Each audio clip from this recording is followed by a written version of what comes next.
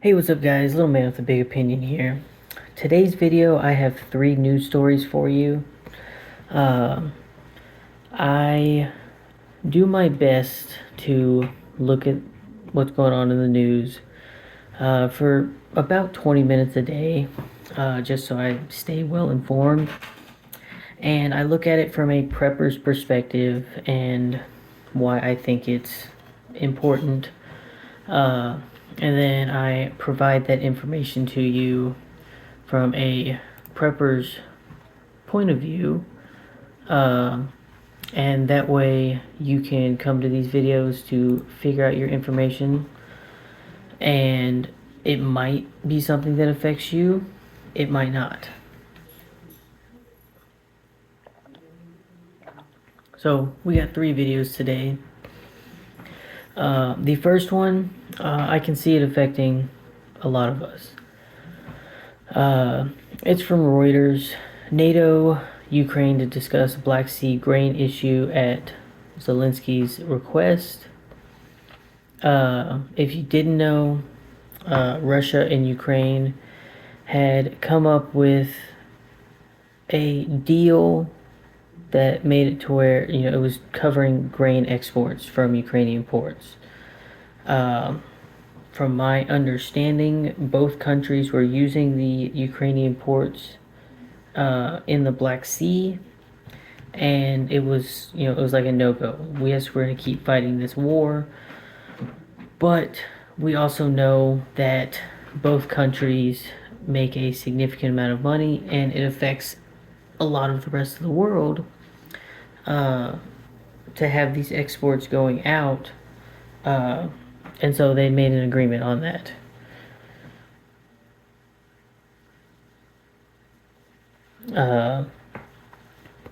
And so now Russia has backed out of it, and Zelensky talks about, it's a continued attempt to weaponize food, which is affecting millions of vulnerable people around the world. If you didn't see my video on this at this point, probably almost a year ago, Ukraine produces roughly 25% of all of the grain products for Europe in general. Russia produces a lot of food and fertilizer exports. Russia said it has withdrawn from the accord on the grounds that Western countries had ignored its demands to ensure Moscow's food and fertilizer exports. Moscow said ships heading to Ukraine's Black Sea ports could be considered military targets. The little bit of history that you got going on.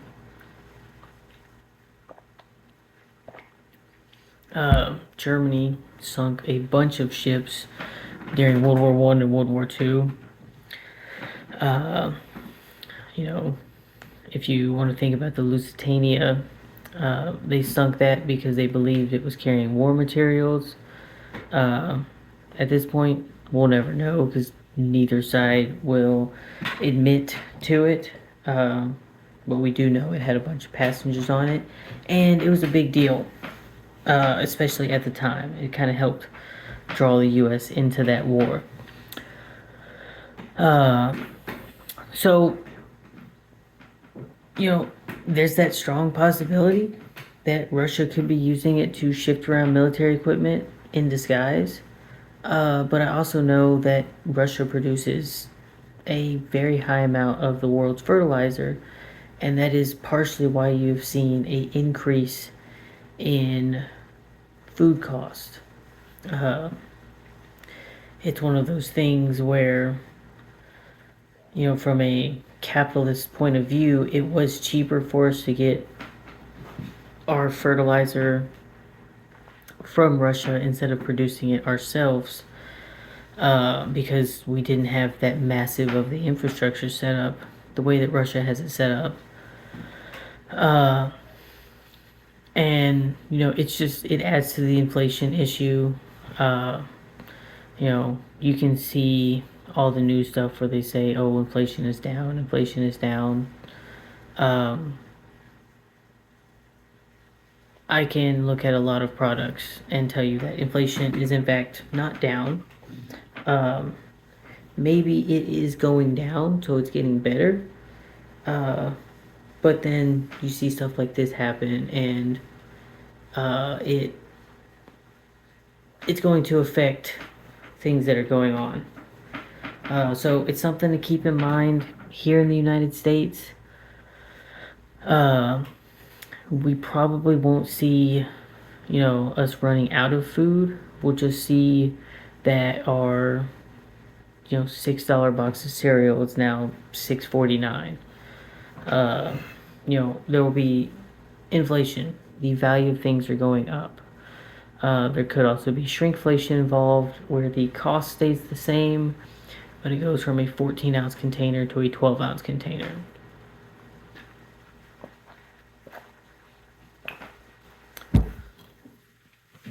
So we got that going on. This one is more of a local story.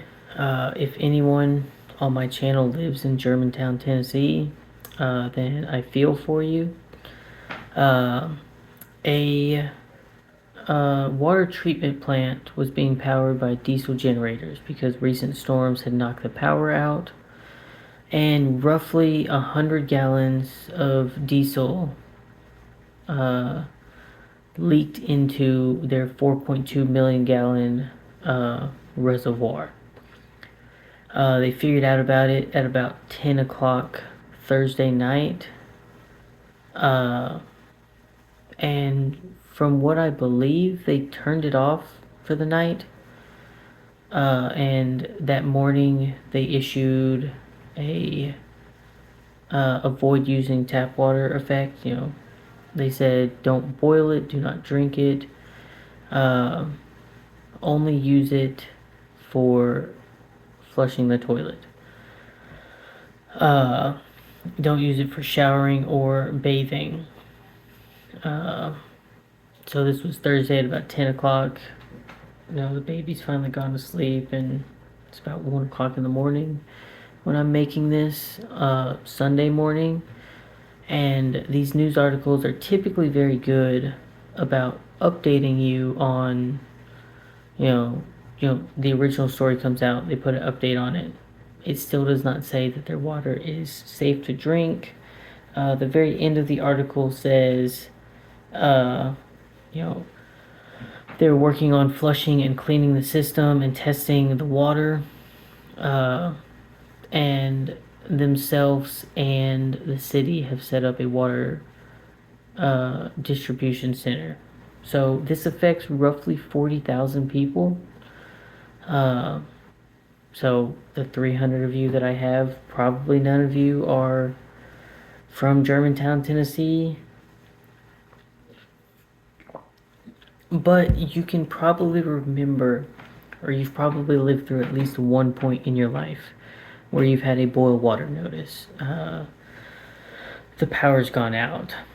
It could be something as simple as they were fixing a water main, and so your water was out for 6 hours. And so you've been through some sort of situation where you did not have any water. The power going out during the big freeze in Texas a few years ago. I remember at one point some sort of pipe burst when I was living in Corpus at a asphalt plant, and it leaked into the system. And then, there are times where they just do regular maintenance on these systems and they shut them down for a few hours. So you've probably been through something for this. Y'all been seeing me drink a little bit of water as I go throughout this video. And so water's important. A lot of people are going to start freaking out and panicking once they hit about day 3. And I believe the FEMA recommends 72 hours. They do that because that is not the time that it takes for things to get back to normal. that is their mission statement of when we have temporary systems in place. So we've got the National Guard here passing out water. We've got some sort of state or local government that has re-implemented a supply chain. So you could go without being able to use the water in your house for 2 weeks, but there's some sort of place set up where you can get your daily allotment of water. And another example, my brother had to go to northeast Texas with his National Guard unit because there was a bunch of really bad storms. I know my wife lost power at our house for 3 days, and there were other places around us that did not get their power back for upwards of an entire week. But the water that they were passing out, they were giving each person, I think like 10, 16-ounce water bottles. And that's really only enough water, especially the way we use water, for one day conservatively. In a stretch, in a survival instance, you'd probably make it last. You could make it last upwards of a week and drink one bottle a day. But water's pretty important, and I could make the strong guess that not all 40,000 of these people had some sort of backup system in place. Whether it was rain catchment, some sort of water storage. My recommendation on water is 3 weeks. 3 weeks worth of water at our house looks like 2 55-gallon barrels that are in a shed outside. They get changed every 6 months. It's either 8 or 9 5-gallon containers, and I've got about 30 Nalgene's, most of them being the standard 32-ounce ones. And then we have I forget the name of it, but bladder. You put the bladder in the bathtub, and you can fill it up from the bathtub. And that is only really used if we absolutely know something's going to happen. Like, we can get a lot of rain and the possibility of the power going out from hurricanes where we're at. We don't really get any of the hurricane winds or anything, but we know several days in advance that's going to happen, and so we can fill the water bladder up for something like that. But on top of that, we do have gutters on the house to collect rainwater if needed. And as I go along with my prepping stuff, it will be something that will add more storage in the future. But that 3-week mark is really a nice sweet spot. And then knowing where additional water sources are available to you. And then the last article kind of deals with finances. $78 billion exits U.S. banking system in 1 week as J.P. Morgan CEO issues alert on deposit flight. So, in a nutshell, you can get a little finance lesson in here for you. Banks are in the business of making money. When they loan you money, they charge interest. And when your money sits in the bank, they will use your money and invest it as well. So let's say, for instance, you've got $1 million in the bank. I'm just using a nice rough number. The bank is going to invest that money into different companies and real estate and things that they can make more money on. And let's say the banks are being very conservative and they're earning 2% on that. So that means for every $1 million that they're earning 2% on, they're making $20,000. It's very standard for your bank to pay you 0.5% or less on your money that you have in the bank. So they're making 20,000 off of that $1 million, and they're giving you 5,000. They're pocketing the other 15,000, and good luck everyone else. So, based off of my quick calculations, uh, that 78 billion was making the banking system about $1.5 billion, and the individual person was, or the money going to the individuals would have been about 300 million. So the banks were making about $1 billion off of all these people's money. That's not really the important part. The important part is, the first thing is, most of, they believe most of the money is going into third party intermediaries. So people are investing their own money. They're doing, high interest online banking. Everyone's competitive. There's no reason, if let's say you've got $1 million in the bank, bank A is paying you 1%, so $10,000 a year to have that money sit in the bank, and bank B is doing 2%, so you're getting $20,000 a year. Only a really stupid person would take the $10,000 a year offer.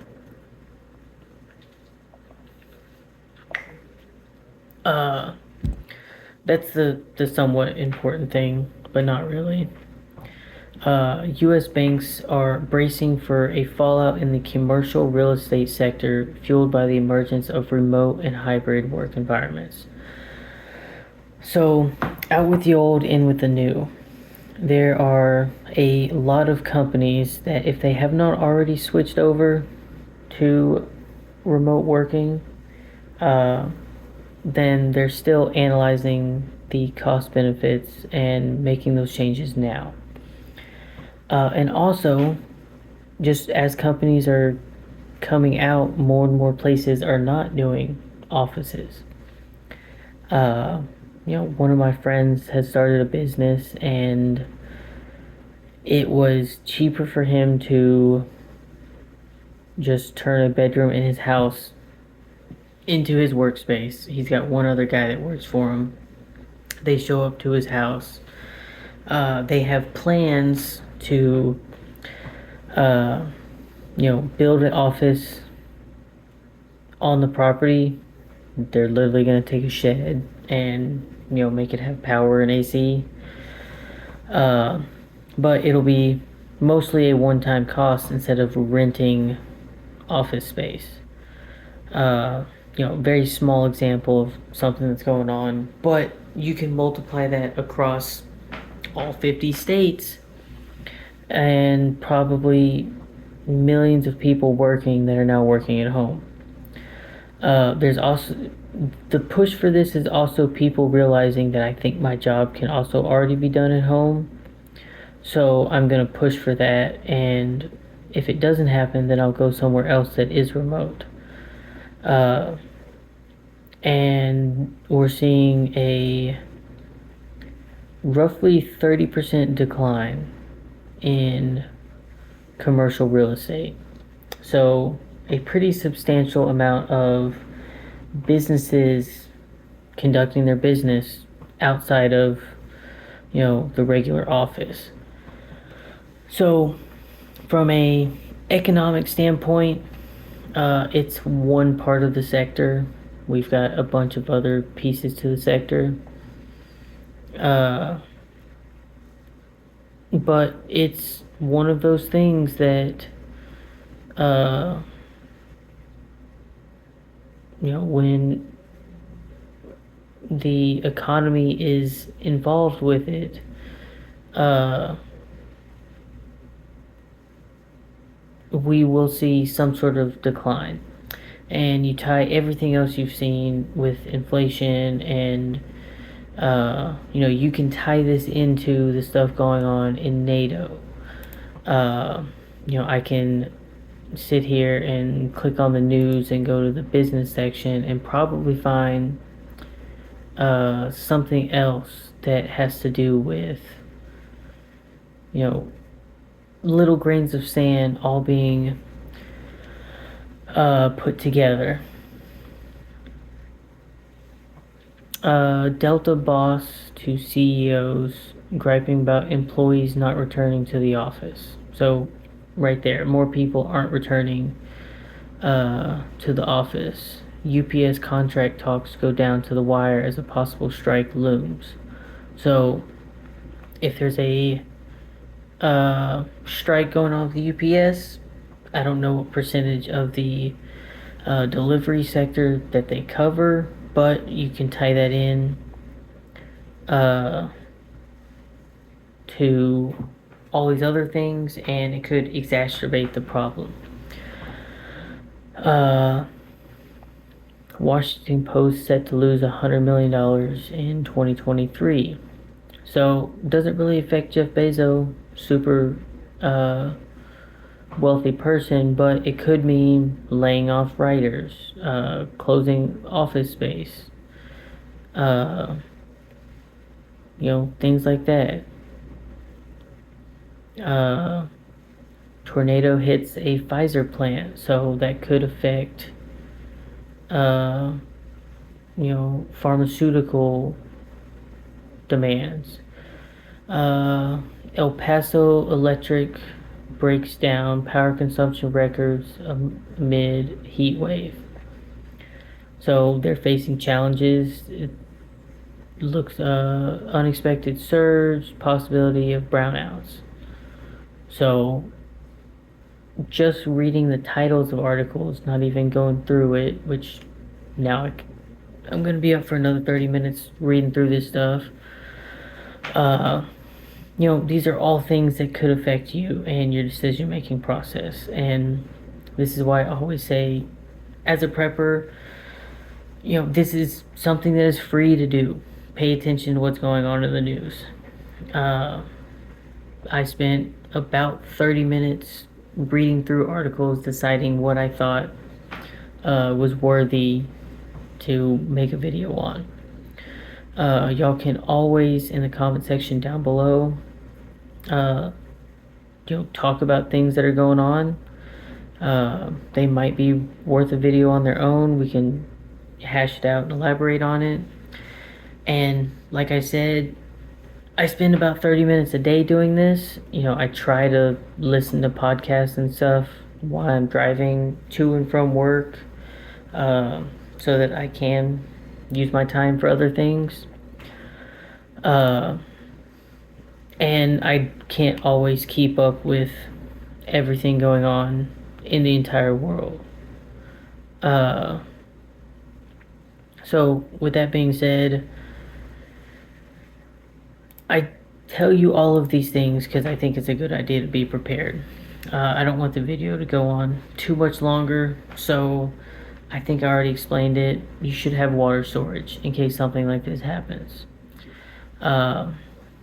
You should be preparing because I think one of the biggest issues that we can see in our lifetime is the economic collapse. And then, if you don't have any food put away, then worst case scenario, you're spending more of your hard-earned money to buy food products because of this stuff going on with NATO, Ukraine, and Russia. And worst case scenario is it does affect our supply chain, and you used to have access to 2,000 calories worth of food a day at the store, and now you only have access to 1,800. So now we're starting to lose weight, and it's turning into some sort of problem. And I can always say that we are 3 short meals away from anarchy. So it's a good idea to have this stuff put away, ready to go. So with that being said, if you enjoyed the video, leave a like. If you enjoyed what I'm doing with the channel, hit the subscribe button, come join the family. And lastly, if you have a friend or family member that would benefit from the discussions that we have in these videos, share the channel with them. Let's continue to grow it. And with that, catch you in the next one. Peace.